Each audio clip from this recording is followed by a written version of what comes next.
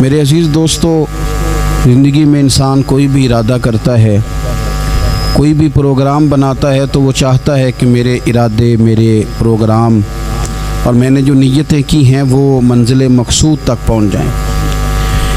ارادہ ہر انسان رکھتا ہے، ضروری نہیں ہے کہ سب کی منزل بھی میسر آئے۔ کچھ لوگوں کا مقدر رستہ بھی ہوتا ہے، کچھ لوگوں کا نصیبہ کچھ دیر کا سفر بھی ہوتا ہے۔ بہت سارے لوگ اسلام نافذ کرنے کی ٹرین پر سوار ہوتے ہیں، لیکن اسلام آباد آتا ہے تو منزل کو پہنچ جاتے ہیں اور اسلام کی ٹرین سے اترتے دکھائی دیتے ہیں۔ ضروری نہیں ہوتا سب کے حصے میں نتیجہ بھی آئے، لیکن جد و جہد کرنا، کوشش کرنا، سفر کو جاری رکھنا، یہ مومن کی ذمہ داری ہے۔ میں یہ دیکھ رہا ہوں کہ آج کل تیزی کے ساتھ ہماری ملت کے جوان تھوڑے سفر کے بعد تھکنے لگے ہیں، تھوڑا رستہ طے کرنے کے بعد مایوس گفتگو کرنے لگے ہیں۔ اللہ تبارک و تعالیٰ نے انسان کی اور بالخصوص بندہ مومن کی تربیت کرتے ہوئے کہا ہے کہ یا ایھا الذین آمنوا اصبروا، اے ایمان والو صبر کرو، وصابروا اور ڈٹے رہو، ورابطوا اور کمر بستہ رہو، جد و جہد کرتے رہو، واتقوا اللہ اور اللہ سے ڈرو، لعلکم تفلحون تاکہ تم فلاح پا جاؤ۔ صبر کرو، ڈٹے رہو اور جد و جہد جاری رکھو، ورابطوا کمر بستہ رہو، بڑھتے رہو۔ میدان کربلا کے اندر دو چیزیں جو سب سے زیادہ نمایاں ہیں اور جو سب سے زیادہ واضح ہیں، جو بڑی نکھری ہوئی ہمیں دکھائی دیتی ہیں، اور وہی دو چیزیں ہیں جس کی آج ہمارے اندر تیزی سے کمی ہوتی جا رہی۔ بڑے یہ شکایت کرتے ہیں کہ آپ نوجوانوں کو سمجھائیں، ان کو جلدی کاہے کی ہے، حالات ٹھیک ہو جائیں گے۔ بعض جگہوں پہ چھوٹے یہ کہتے ہیں کہ ابا جی سے اور دادا جی سے آپ یہ کہیں کہ کام اپنے وقت پہ ہونا ہے، جلد باز نہ ہوا کریں۔ میدان کربلا نے انہی دو چیزوں کا ہمیں سبق دیا ہے۔ وہ چیزیں کیا ہیں؟ ایک صبر، ایک استقامت۔ آپ اپنی زندگی حوصلے کے ساتھ گزاریں اور اپنے سفر کو جاری رکھیں، استقامت کے ساتھ آگے بڑھتے رہیں۔ یہ دو چیزیں سبق ہیں میدان کربلا کا۔ میدان کربلا کے اندر جو چیز سب سے زیادہ اہل بیت نبوت کی طرف آئی ہے وہ ظلم ہے، ستم ہے، جفا کشی ہے، اور اہل بیت نے جو سب سے بڑھ کر کے دکھایا ہے وہ ان کا صبر ہے۔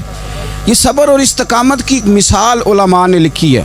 جس طرح دریا کے دو کنارے ہوتے ہیں نا، اگر وہ دو کنارے دریا کے موجود رہیں تو وہ دریا اپنے مقام پہ جا کے کھیت کو پانی دیتا ہے، کھلیان کو پانی دیتا ہے، سبزیاں اگتی ہیں، درخت اگتے ہیں، زمین بنجر ہو تو اس کی آبیاری ہوتی ہے۔ اگر وہ دو اس کے بند سائیڈوں پہ قائم رہیں، لیکن اگر وہ بند درمیان سے نکال دیے جائیں تو وہی دریا تباہی مچا دیتا ہے، سیلاب آ جاتا ہے۔ انسان کی زندگی میں صبر اور استقامت دو بند ہوتے ہیں میرے بھائی، یاد رکھنا۔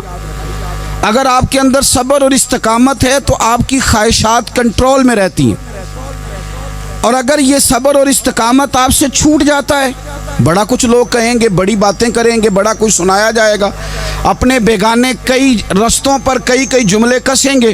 اگر یہ دونوں بند ٹوٹ گئے تو آپ کی خواہشات بے لگام ہو جائیں گی، وہ آپ سے وہ کام کرائیں گی جو آپ نے خواب میں بھی نہیں سوچا ہوگا۔ صبر اور استقامت، میں پڑھ رہا تھا علماء نے لکھا ہے کہ قرآن پاک میں اللہ نے 90 کے قریب، تقریباً 90 مرتبہ صبر کا ذکر کیا، اور حدیث پاک میں میرے رسول پاک نے تقریباً 900 مرتبہ صبر کی تلقین فرمائی ہے۔ قرآن مجید تو کسی بات کو اشارتاً کر دے تو وہ کافی ہے، لیکن جگہ جگہ قرآن مجید نے کہا، جگہ جگہ کہا، یا ایھا الذین آمنوا اصبروا وصابروا ورابطوا، ایمان والو صبر کرو، ڈٹے رہو، کمر بستہ رہو، واتقوا اللہ، اللہ سے ڈرو، لعلکم تفلحون، اس امید پر کہ تم فلاح پا جاؤ۔ اپنی زندگی تھوڑی سی حوصلے والی گزاریں۔ آپ کسی کی محبت میں کوئی جملہ کہے تو اسے بھی ذرا سہنا سیکھیں، اور کسی اپنے کے خلاف جب کوئی بندہ بات کرے تو اسے بھی سہنا سیکھیں۔ جس طرح تعریف آپ کو میٹھی لگتی ہے نا، اسی طرح جب تنقید بھی میٹھی لگنے لگے نا، جو نظریے کے لوگ ہوتے ہیں انہیں تنقید اور تعمیر سے فرق نہیں پڑتا، کیونکہ وہ ان کا اپنا ایک ویژن ہوتا ہے، ان کی اپنی ایک سوچ ہوتی ہے، وہ اپنے نظریے پر چل رہے ہوتے ہیں، انہیں زیادہ پریشانی نہیں ہوتی، انہیں دکھ بھی اتنی تکلیف نہیں دیتے، جتنا مزہ سکھ دیتے ہیں اتنا ہی مزہ دکھ دیتے ہیں، کیونکہ ان کا ایک ویژن ہے۔ قرآن مجید کا ایک دوسرا مقام ہے، سورہ لقمان ہے، حضرت لقمان اپنے بیٹے کو نصیحت کرتے ہیں تو کہتے ہیں یا بنیا، اے میرے بیٹے، اقیم الصلاۃ وامر بالمعروف، ایک تو نماز قائم رکھنا اور دوسرا لوگوں کو نیکی کا حکم دینا، ونہا عن المنکر، اور لوگوں کو برائی سے منع کرنا، واصبر علی ما اصابک، اور اس رستے میں جو تجھے تکلیف آئی اس پر صبر کرنا۔ بیٹے کو نصیحت کر رہے ہیں باپ، اور لہجہ دیکھیے کہ یا بنیا، او میرے بیٹے، کیا لہجہ ہے، کیا انداز ہے، او میرے بیٹے۔ ایک تو یہ کرنا، نماز قائم رکھنا، بھلائی کا حکم دینا، برائی سے منع کرنا، اور اس پر جو تجھے مشکل آئے اس پر صبر کرنا۔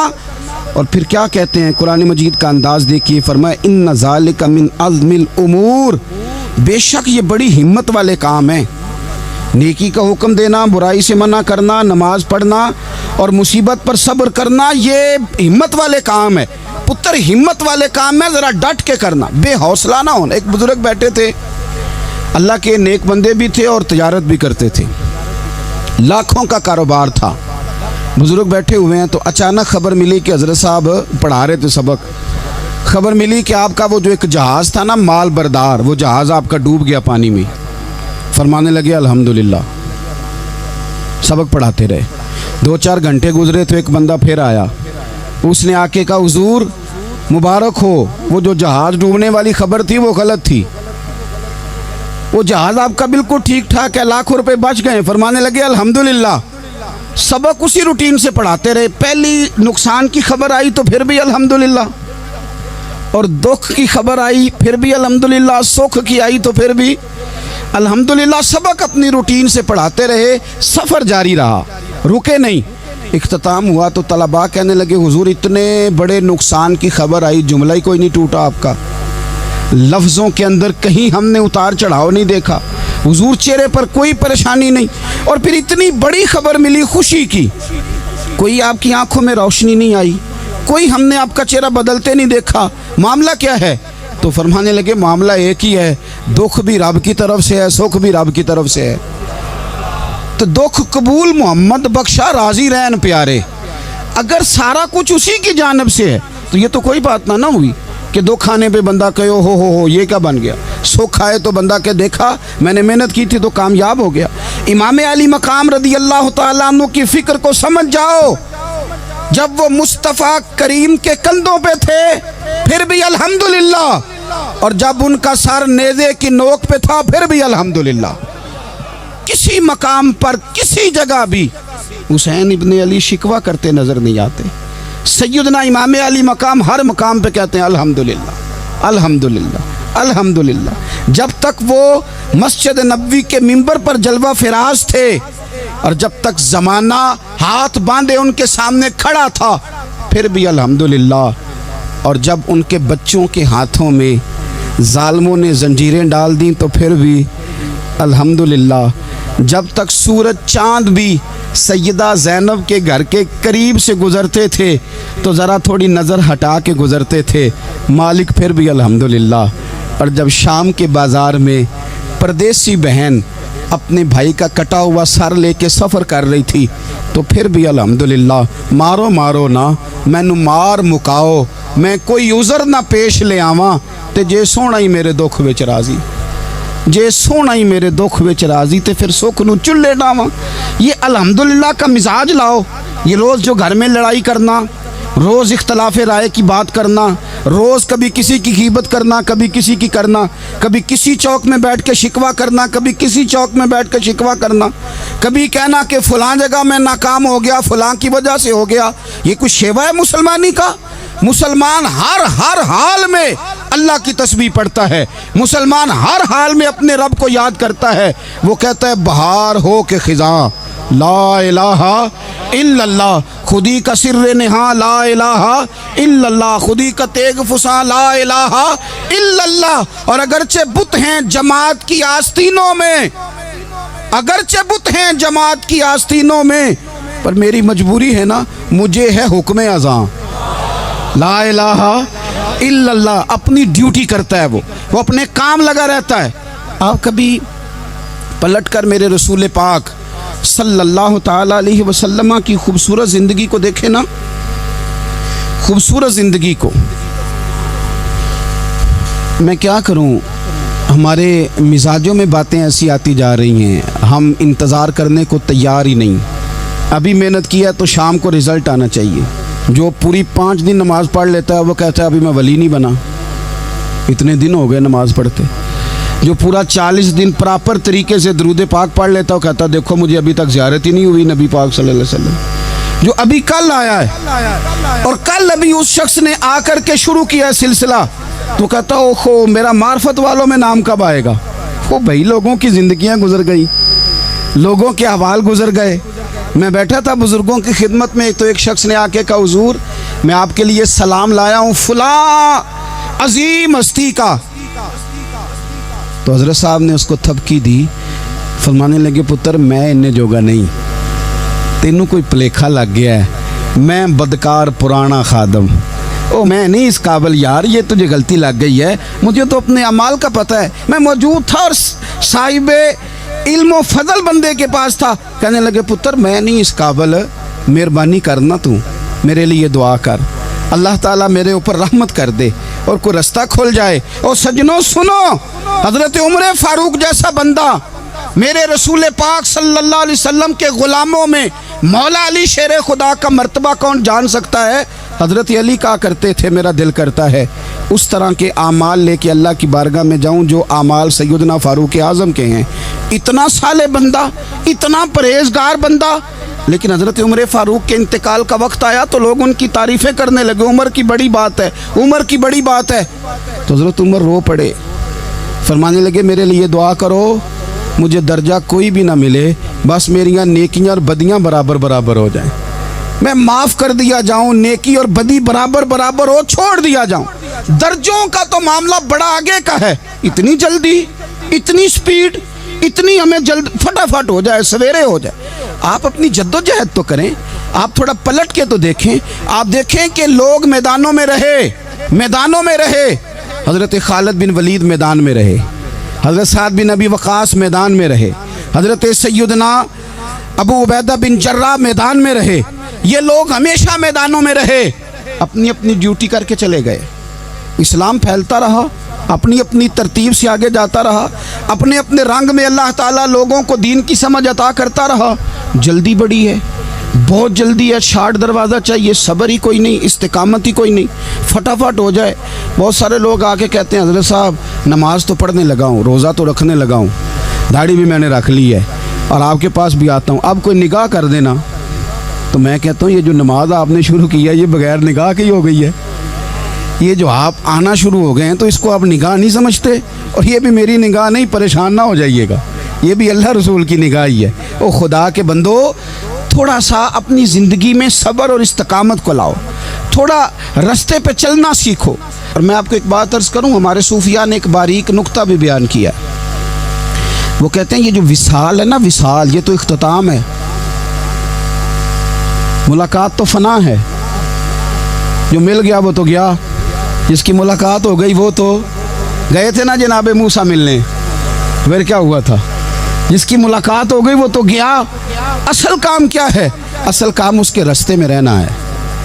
اصل کام تو یہ ہے کہ تو اس رستے پہ ہے کہ نہیں, جس رستے پہ تجھے کھڑا کیا تھا, ان راہوں کا تو مسافر ہے کہ نہیں, تو نقش قدم تلاش کر, نقش قدم. ایک شاعر سیرت نگار بھی تھے, سمجھ لیں انہوں نے سیرت نگاروں کو بھی دیکھا, عشاق کو بھی دیکھا, رسول اللہ کے غلاموں کو دین کی نوکری کرتے بھی دیکھا, 40 سال حدیثیں پڑھاتے بھی دیکھا, نبی پاک کے نام پہ گلی گلی نگر نگر جاتے آتے بھی دیکھا, حضور صلی اللہ علیہ وسلم کی باتیں کرتے دیکھا. تو کسی نے ان سے پوچھا حضور تک رسائی بھی ہوئی ہے؟ تو وہ سرکار کی بارگاہ میں مخاطب ہو کے کہنے لگے تیری معراج, کہ تو جانے کہاں تک پہنچا. یا رسول اللہ معراج کی رات اب کہاں تک گئے کوئی پتہ نہیں. کہنے لگے وہ تیری معراج کہ تو جانے کہاں تک پہنچا, اور میری معراج کہ میں تیرے خاک قدم تک پہنچا. میرے لیے تو اتنا کافی ہے کہ محبوب وہ جو تیرے قدموں سے کبھی گرد لگتی تھی مدینے کی، اگر میں وہاں تک چلا جاؤں تو میری تو معراج ہو گئی، میرا تو معاملہ حل ہو گیا، میں یہاں تک آ گیا تو ختم ہو گئی بات۔ تھوڑا سفر کریں۔ ایک تو یہ دیکھیں آپ کہ آپ کتنے بھی بڑے ہیں، کتنے بھی عظیم ہیں، کتنے بھی لائق ہیں، کتنے بھی نیک ہیں، پھر بھی آزمائش زندگی کا حسن ہے۔ میں مسافر ہوں، کوئی زندگی کے 11-12 سال ہو گئے ہیں مجھے سڑکوں پہ وقت گزارتے، تو میں بہت سارے لوگوں سے میں نے بڑا کچھ سیکھا ہے، میری جو گاڑی چلانے والے لوگ ہیں ان سے بھی میں نے بڑا کچھ سیکھا ہے۔ ایک میرا دوست تھا تو میں نے اس سے کہا کہ میرا خیال ہے موٹر وے پہ آپ کو گاڑی چڑھا دی جائے تو آپ کے لیے آسان ہے، تو کہنے لگا پیر صاحب ہے موٹر وے اوکھی جے چلانی۔ میں نے کہا وہ کس طرح؟ وہ کہنے لگے کہ موٹر وے پہ نا گاڑی چونکہ نہ کوئی سپیڈ بریکر ہے، نہ موٹر وے پہ کوئی چنگچی والا آگے آتا ہے، نہ زیادہ رش ہوتا ہے، تو سیدھی سیدھی چلاتے رہتے ہیں تو نیند آنے لگ جاتی ہے۔ اگر بار بار آئے نا سپیڈ بریکر اور بار بار بریک لگے تو آنکھ ذرا کھلی رہتی ہے۔ تو مجھے مسئلہ سمجھ میں آ گیا، میں نے کہا اس کا مطلب یہ ہے، اس کا معنی یہ ہے کہ جن کی زندگی بالکل سکھوں میں گزرتی رہتی ہے نا، آرام پسند ہو جاتے ہیں۔ جن کی زندگی بالکل آسانیوں میں بیتی ہے وہ آرام پسند ہو جاتے، اور اگر کبھی کبھی سپیڈ بریکر بھی آئے، کبھی کوئی دکھ بھی دیکھنا پڑے، کبھی کوئی اپنوں بیگانوں کی بات بھی سننی پڑے، کبھی کوئی قریب آتا دور جاتا دکھائی بھی دے، کبھی کوئی بیماری تندرستی، یہ حالات بدلتے رہیں، دن تبدیل ہوتے رہیں، تو پھر لطف بڑا آتا ہے، پھر مزہ بڑا آتا ہے۔ وہ کسی نے کہا تھا لگا نا جدو میدان ازل دا تے لوکی چوراں وانگ سدھائے، کسی نے لٹ لئی علم جوانی، کسی ہاسے چولی پائے، آزم ویک جہالت ساڈی اسی عشق خرید لے آئے۔ ویک نہ جہالت ساڈی اسی عشق خرید لے آئے۔ اور پھر کہنے لگے کسی دے سر دستار امامت اس علم پڑھاون سکھیا ہے، تے کسی نے پہنے فقر دا چوغا اس زہد کماون سکھیا ہے۔ آزم ویخ نصیبہ ساڈا اسی یار مناون سکھیا ہے، تم ویخ نصیبہ ساڈا اساں یار مناون سکھیا ہے۔ میرے عزیز زندگی کے اندر دیکھو، کائنات میں سب سے زیادہ محبوبیت میرے رسول پاک کی ہے۔ میرے نبی پاک صلی اللہ علیہ وسلم کی زلف کی بات بھی میرا رب کرتا ہے، حضور کی آنکھوں کی بات بھی میرا رب کرتا ہے، حضور سید عالم کے چہرہ والضحیٰ کی بات بھی کرتا ہے، زلف واللیل کی بات بھی اللہ کرتا ہے۔ میرا رب رسول پاک صلی اللہ علیہ وسلم کے سینہ علم نشرہ کی بات بھی کرتا ہے، پیشانی والفجر کی بات بھی کرتا ہے، حضور کی آنکھیں ما زاغ البصر کی بات بھی کرتا ہے۔ اتنی محبوبیت کہ رسول پاک چلیں تو اللہ اس کی بات بھی کرے، ہجرت کریں تو اس کی بات بھی کرے، جس شہر میں حضور رہیں اس کی قسم اٹھائے۔ اور حال پتہ کیا ہے کہ محبوب پیدا نہیں ہوئے تو باپ چلے گئے، ابھی عمر چھوٹی تھی، ماں کی کھل کے زیارت ہونا تھی کہ اماں بھی چلی گئیں، دادا کندھوں پہ کھلایا کرتے تھے، تو تاریخ کہتی ہے کہ دادا کا جنازہ اٹھا تو پیچھے پیچھے حضور بھی آنسو بہا رہے تھے۔ ایک وفادار بیوی ملی تو اپنے وقت پہ سیدہ ختیجہ بھی چلی گئیں، ایک ٹائم آیا تو جناب ابو طالب بھی رخصت ہو گئے، مکے سے حضور کو اتنا پیار تھا وہ چھوڑنا پڑا، صادق اور امین کہنے والوں نے حضور کی دعوت کو قبول کرنے سے انکار کر دیا، تو رسول کریم نے اپنی پیشانی پر کسی قسم کا کوئی شکن نہیں آنے دیا۔ رسول پاک مدینے آئے تو لوگ تلواریں لے کے بدر میں آ گئے لڑنے، شہید کرنے، حضور وہاں بھی کوئی پریشان نہیں ہوتے۔ میدان احد آیا تو نبی پاک نے اپنے چچا کو کٹے ہوئے وجود میں دیکھا، نکلی ہوئی آنکھوں میں دیکھا، کٹے ہوئے ہونٹوں میں دیکھا، کسی جگہ میرے رسول پاک صلی اللہ تعالی علیہ وسلم شکوہ کرتے دکھائی نہیں دیتے۔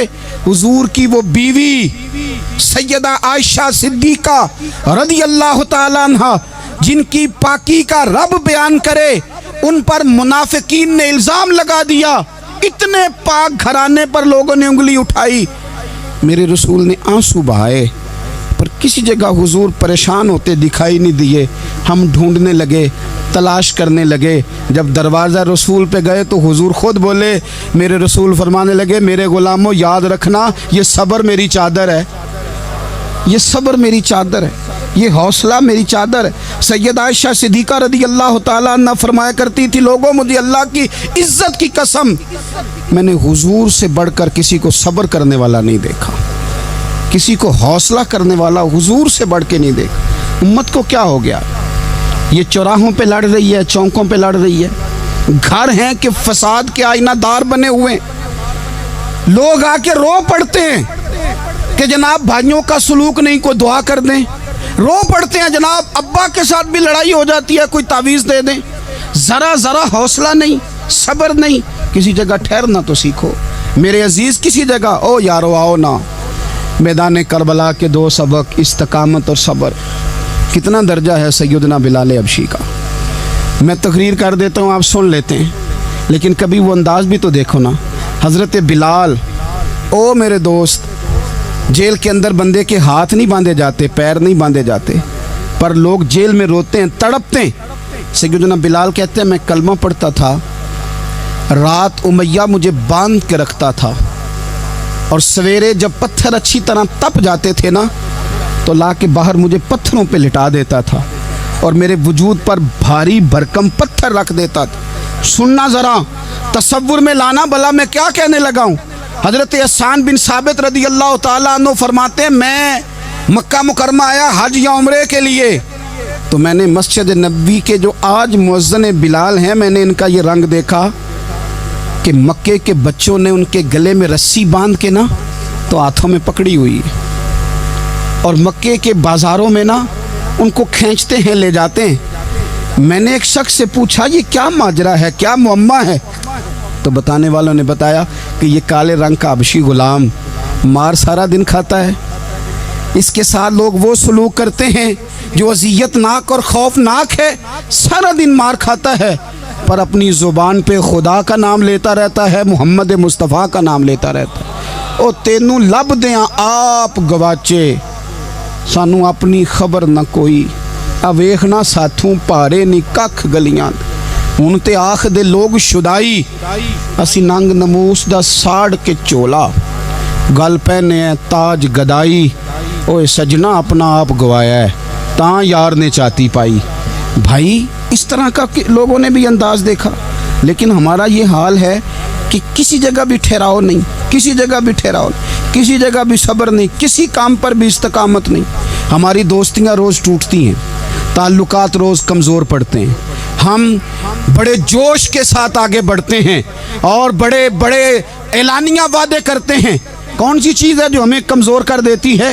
سوائے اس کے کہ ہمارا نفس کمزور ہے، سوائے اس کے کہ ہمارا نظریہ کمزور ہے، سوائے اس کے کہ ہمارے اندر وہ طاقت نہیں جو ہمیں استقامت پہ لا کے کھڑا کرے، جو ہمارے اندر حوصلہ پیدا کرے۔ یاد رکھنا میدان کربلا کے اندر حضرت سیدنا امام حسین رضی اللہ تعالیٰ عنہ کا جو حوصلہ تھا وہ اتنا مثالی تھا، اتنا مثالی تھا، اتنا مثالی تھا۔ ایک جنازہ گھر میں اٹھ جائے نا، اور خدا معاف کرے وہ کسی جوان کا ہو، تو بوڑھے کی کمر کئی روز کھڑی نہیں ہوتی۔ لیکن کربلا کے اس شاہ سوار کی کہانی بھی سننا میرے بھائی، جو اپنے کندھے پہ صبح سے لاشیں اٹھا کے لا رہے ہیں، صبح سے امام علی مقام لاشیں اٹھا کے لاتے ہیں۔ حضرت قاسم بن حسن کا لاشا اٹھا کے لا کے رکھا، حضرت علی اکبر شہید ہو گئے، آواز دی ابا جی سنبھالنا، تو لاش مبارک اٹھا کے رکھی، جناب علی اصغر کی لاش اٹھا کے رکھی۔ بھائی بڑے پیارے ہوتے ہیں، بڑے ہی پیارے ہوتے ہیں، نہ مانے ہم اپنی اولادوں کے سامنے، پر بڑے پیارے ہوتے ہیں، جتنا مرضی شکوہ کریں۔ بھائی پائیاں دیاں باواں ہوندے تے بھائی پائیاں دے ویری، بڑے پیارے ہوتے ہیں، کیا کریں بھائی جو ہوئے نہیں ان کی تکلیف سہی جاتی۔ حضرت عباس رضی اللہ تعالیٰ عنہ کو جب امام علی مقام اٹھا کے لا رہے تھے تو 1 منٹ کے لیے رکے اور کہنے لگے اللہ اب میری کمر کمزور پڑ گئی ہے، میرا بھائی چلا گیا تو پیچھے سے نا کچھ کمزور پڑ گئی ہے۔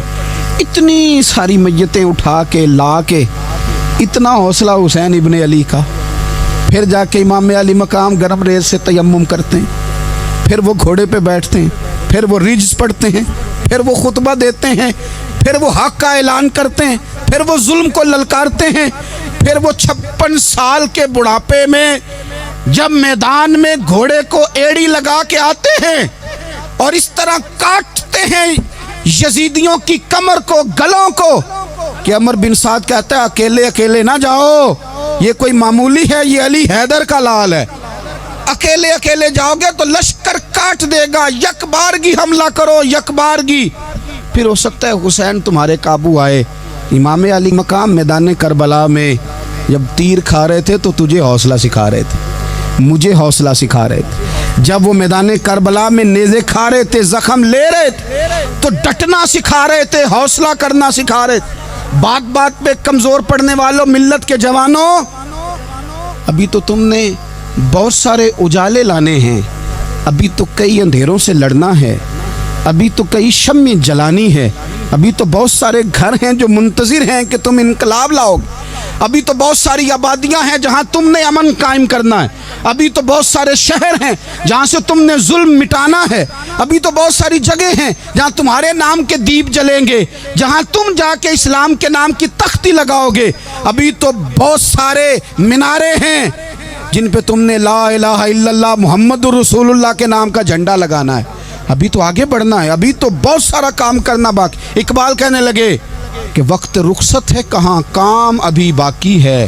اور لوگوں نور توحید کا اتمام ابھی باقی ہے۔ اور ایک شاعر اور بولے، وہ کہنے لگے مسلمانوں نہ گھبراؤ، خدا کی شان باقی ہے، ابھی اسلام زندہ ہے، ابھی قرآن باقی ہے۔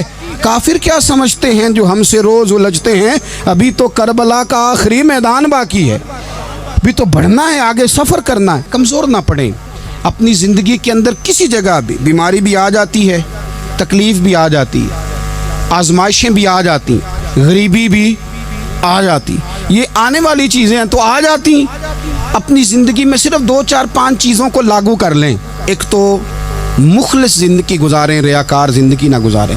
جو لوگ ریاکار ہوتے ہیں وہ بزدل ہوتے ہیں، جو ریاکار ہوتے ہیں وہ دکاندار ہوتے ہیں، جو ریاکار ہوتے ہیں وہ اداکار ہوتے ہیں، جو ریاکار ہوتے ہیں ان کے پاس ایک کریکٹر رہ جاتا ہے، اندر ان کے کچھ بھی نہیں ہوتا، خالی ہو جاتا ہے سارا۔ زندگی میں مخلص بنیں گے تو دلیر ہو جائیں گے، اخلاص کے ساتھ آپ زندگی میں سفر کریں، آپ مخلص ہو جائیں۔ میرے رسول پاک صلی اللہ علیہ وسلم نے فرمایا مخلص ہو جاؤ، اللہ کے رضا والے ہو جاؤ، مخلص ہو جاؤ، تمہارا تھوڑا عمل بھی تمہارے لیے زیادہ ہو جائے گا، تمہیں کفایت کر جائے گا تھوڑا عمل۔ اللہ کے علاوہ کسی سے ڈرنا چھوڑ دیں، غیر کا خوف دل سے نکال دیں، خوف نکال دیں، اپنی زندگی میں غیر کا خوف نکال دیں، نکال پھینکیں آپ امیروں کا خوف، نکال پھینکیں دنیا کیا کہے گی۔ یاد رکھنا عزتیں بھی رب دیتا ہے، ذلتیں بھی اس کی مشیت کا تقاضا ہوتی ہیں، رزق کا مالک بھی اللہ ہے۔ حضرت مولا علی سے کسی نے کہا کہ آپ اپنے ساتھ ہارس کیوں نہیں رکھتے، گن مین کیوں نہیں رکھتے، باڈی گارڈ کیوں نہیں رکھتے؟ تو حضرت علی فرمانے لگے موت سب سے بڑی محافظ ہے، وقت سے پہلے آتی نہیں، آ سکتی نہیں۔ آپ غیر کا خوف نکال باہر پھینکیں۔ ایک جملہ میدان کربلا میں امام حسین نے کہا تھا، ایک جملہ، اور وہ جملہ اتنا طاقتور ہے کہ اگر سونے کے پانی سے لکھا جائے، ہیروں سے تولا جائے تو یہ ساری چیزیں کمزور پڑ جائیں۔ امام علی مقام میدان کربلا میں جب گھوڑے پہ سوار ہوئے، اللہ اکبر کہہ کے میدان میں آئے، اور آپ نے یزیدیوں سے کہا کہ تم ظالم ہو، جابر ہو، فاسق ہو، اطاعت تمہاری نہیں قبول کی جائے گی، اب بتاؤ لڑنا ہے کہ کیا کرنا ہے؟ جب وہ لڑنے کے لیے میدان میں آئے تو امام نے ایک جملہ کہا، فرمانے لگے لوگوں گواہ رہنا، آج میں نے عزتیں خرید لی ہیں اور ذلتیں دور کر دی ہیں۔ عزت ہے ہمارے پاس، عزت، ذلت دور ہو گئی۔ اگر اس کے ظلم سے چھپ کے بیٹھ جاتے، اگر ان تلواروں کے سامنے کمزور پڑ جاتے، اگر اس بڑے لشکر کو پیٹھ دکھا دیتے تو یہ عزت والا معاملہ، لوگوں ہم نے عزتوں کا سودا کیا، ہم نے ذلتیں بھگا دی، ہم نے وہی سودا کیا جو ہمارے اجداد کا طریقہ تھا، جو ہمارے اسلاف کا طریقہ تھا، جو طریقہ ہم نے علی المرتضیٰ سے سیکھا تھا اور نبی مصطفیٰ سے سیکھا تھا، وہ طریقہ ہم نے کر دکھایا۔ اللہ کے غیر کا خوف نکال پھینکے زندگی۔ اور تیسری بات، ہدف مقرر کریں، ہدف مقرر کریں۔ آپ کیا ہیں؟ آپ دین کے دائی ہیں، آپ دین کے مبلغ ہیں، آپ دین کو مالی سپورٹ کرنے والے ہیں، آپ اخلاقی سپورٹ کرنے والے ہیں، آپ ایک تاجر ہیں، آپ کس طرح کر کے میدان میں ہیں، آپ ایک ویلفیئر شخصیت ہیں، لوگوں کا بھلا کرنے والے، آپ کیا ہیں؟ اپنی زندگی میں اپنے اہداف مقرر کریں، بے معنی بے مقصد زندگی نہ گزاریں۔ ہم نے ہدف بڑا چھوٹا مقرر کیا ہے۔ ایک بندے کا ہدف ہے کہ میں نے کروڑ پتی بننا ہے، بن گیا وہ کروڑ پتی، اب کیا کرے؟ اب وہ ٹینشن میں ہے، کیا کروں؟ ہدف چھوٹا تھا نا، وہ پورا ہو گیا۔ ایک بندے کا ہدف تھا میں نے بڑی دکان خریدنی ہے، خرید لی، اب کیا کرے؟ اب ٹینشن میں ہے، آگے کدھر جائے؟ ایک بندے کا ہدف تھا میں نے وزیر بننا، بن گیا۔ یہ چھوٹا ہدف ہے، یہ ہدف کبھی بھی آپ قبول نہ کریں۔ ایک ہدف وہ تھا جو یزید نے اختیار کیا کہ مجھے حکومت پہ بیٹھنا ہے۔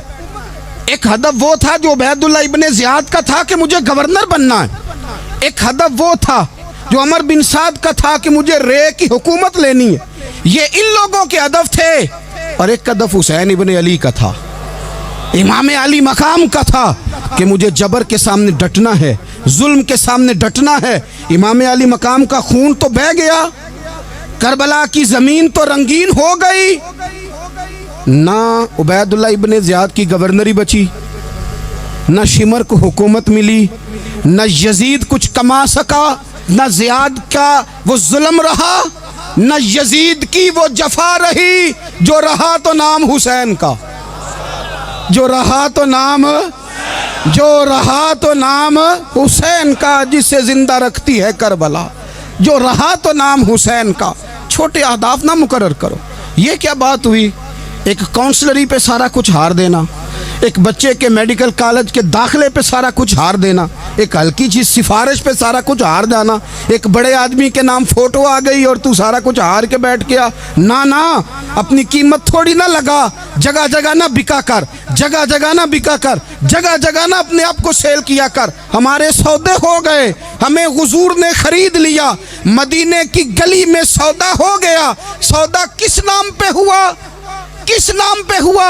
ہم نے صرف اتنا کہا کہ یا رسول اللہ میدان محشر کہہ دینا کہ وہ دیکھو ہمارا غلام آ رہا ہے۔ بس اتنی سی بات پہ سودا ہوا، بک گئے، طے کر لیا، اس کو معراج سمجھا۔ بھائی کمزور کیسے پڑ گئے ہم؟ کس مقام پہ کمزور پڑ گئے؟ کہاں جا کے ہمارے اندر کمزوری آئی؟ استقامت، صبر، حوصلہ، ڈٹنا، مضبوط ہونا۔ ہم نا سوشل میڈیا دیکھ کے رائے قائم کرتے ہیں، آج کل یہ ہو رہا ہے تو لہذا اب بھی یہ کر دیں، کل وہ ہو رہا ہے تو لہذا اب بھی وہ کر دیں۔ ہمارا نظریہ کتاب و سنت ہے، ہمارا نظریہ وہ ٹرینڈ نہیں جو آج کل فلانی جگہ پہ چل رہا ہے۔ ہمارا نظریہ ہمارے بزرگوں کے 1400 سالہ نظریات ہیں۔ آپ 4 5 6 خبریں دیکھ کے نظریہ نہ بنایا کریں، نظریہ اللہ کی کتاب دیکھ کے بنائیں، رسول اللہ کا فرمان دیکھ کے بنائیں۔ 5 7 10 20 اینکر جہاں آپ کو لے کے جائیں وہ والا ذہن نہ بنائیں، ذہن وہ بنائیں جو ذہن ہمیں سیدنا امام حسین نے عطا فرمایا ہے۔ اپنی زندگی میں ایک تو اخلاص لائیں، اللہ کے غیر کا خوف نکالیں، ہدف مقرر کریں، اور مزاج جد و جہد والا بنائیں، جد و جہد والا۔ میرے حضرت صاحب، میرے تاج الشریعہ، میرے شیخ، میرے مربی، میرے محسن، سرمایہ حیات، میری آنکھوں میں بھی وہ جلوہ ہے کہ میں نے ان کو دیکھا ہے۔ انہوں نے اپنی زندگی ایک کونے سے شروع کی، پوری دنیا کا انہوں نے سفر کیا۔ انہیں پتہ تھا کہ بریلی شریف میں لاکھوں لوگ آتے ہیں، یہاں عرس ہوتے ہیں، لیکن ان کی ایک وصیت ہے، وہ بہت ساری جگہ آڈیو ریکارڈنگ بھی اس کی موجود ہے۔ حضرت نے فرمایا تھا میں زندگی میں رسول اللہ کے دین کے لیے نکلا ہوا ہوں، میں جگہ جگہ سفر کرتا رہتا ہوں۔ میری وصیت ہے اس رستے میں اگر کہیں میرا آخری وقت آئے تو مجھے بریلی شریف نہ لے کے جانا، اسی راہ میں مجھے دفن کر دینا، اسی راہ میں، اسی جگہ دفن کر دینا۔ میں چاہتا ہوں اسی راہ پہ دفن ہو جاؤں، اسی جگہ۔ عدم سے لائی ہے ہستی میں آرزو رسول، دیکھو ہمیں کہاں کہاں لیے پھرتی ہے جستجو رسول، کہاں کہاں لیے پھرتی ہے جستجو رسول، اور میں اپنی حیاتی تو قربان تھی وہاں۔ دیکھو محمد پکیندے گزر گئی، احد نال احمد صدیندے گزر گئی۔ کہا کہ اسی رستے میں نا، اسی رستے میں، یعنی رستہ ہو اور جب آخری وقت کا اعلان ہو تو لوگ کہیں کہ وہ تو حضور کے دین کی بات بتانے گیا تھا، اور کوئی کہے وہ تو ابھی ابھی رسول اللہ کا دین سنا کے گیا تھا، اور کوئی کہے کہ اس نے تو کل بھی وعدہ کیا تھا کہ وہ آئے گا اور حضور کی بات سنائے گا۔ عدم سے لائی ہے نا ہستی میں ہمیں آرزو رسول۔ لوگوں دیکھو نا ہمیں کہاں کہاں لیے پھرتی ہے جستجو رسول، پھر عجب ہی نظارہ ہو میدان حشر میں بے دم کہ سب ہوں پیش خدا اور میں روبرو رسول۔ اپنی زندگی میں اہداف مقرر کریں لوگوں۔ ہم نے اپنے بچوں کو، اولادوں کو، قبیلوں کو، بستیوں کو، برادریوں کو بڑا کچھ دیا ہے۔ آؤ نہ آج ہم اللہ کے حضور کچھ ارادے کریں کہ ہم اپنے دین کو بھی کچھ دیں گے، ہم اپنے مذہب کے لیے بھی کچھ کریں گے۔ آپ یقین کریں کالج مضبوط ہو گئے، مدارس کمزور ہو گئے۔ آپ یقین کریں کھیل کے اڈے آباد ہو گئے۔ خدا را اپنے دین کے لیے بھی سوچنا سیکھیں، اپنی اسلامی اقدار کے لیے بھی سوچنا سیکھیں، دین کی سربلندی کے لیے بھی سوچنا سیکھیں۔ میری زندگی کا مقصد تیرے دین کی سرفرازی، میں اسی لیے مسلمان، میں اسی لیے نمازی۔ حضرت عمر فاروق رضی اللہ تعالیٰ عنہ نا ہاتھ کے اندر تلوار لے کے دین کی پہرے داری کو نکلتے تھے۔ امام حسین نے تلوار لی، میدان میں دین کی پہرے داری کو نکلے، دین کی اقدار بچائی ہیں امام حسین۔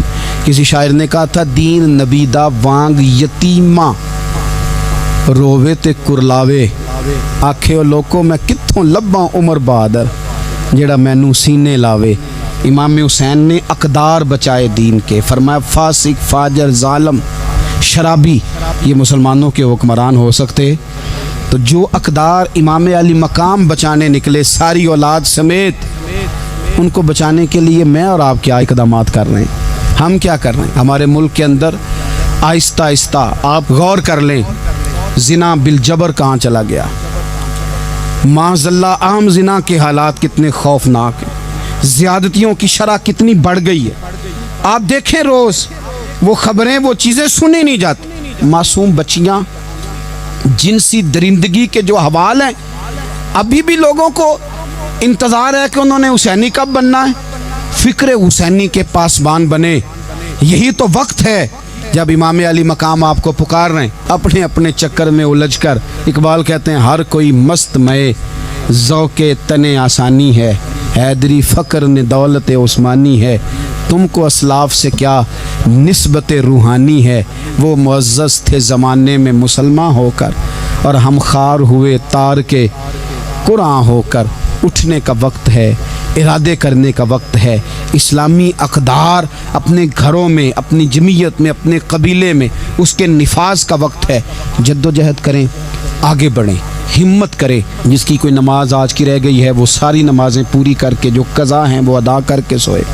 اللہ کی بارگاہ میں استغفار پڑھیں، توبہ کر کے اپنے وقت کو بتائیں، چھوڑ دیں دوسروں کی غلطیوں پہ اتنا وقت لگانا، اپنے اوپر تھوڑی محنت کریں، اپنے اندر کچھ خامیاں نکالیں اور کچھ اپنے آپ کو رگڑ کے خوبیاں پیدا کریں، اور اپنی صلاحیتیں اپنے دین کے لیے خرچ کریں، اپنی خوبیاں دین کے لیے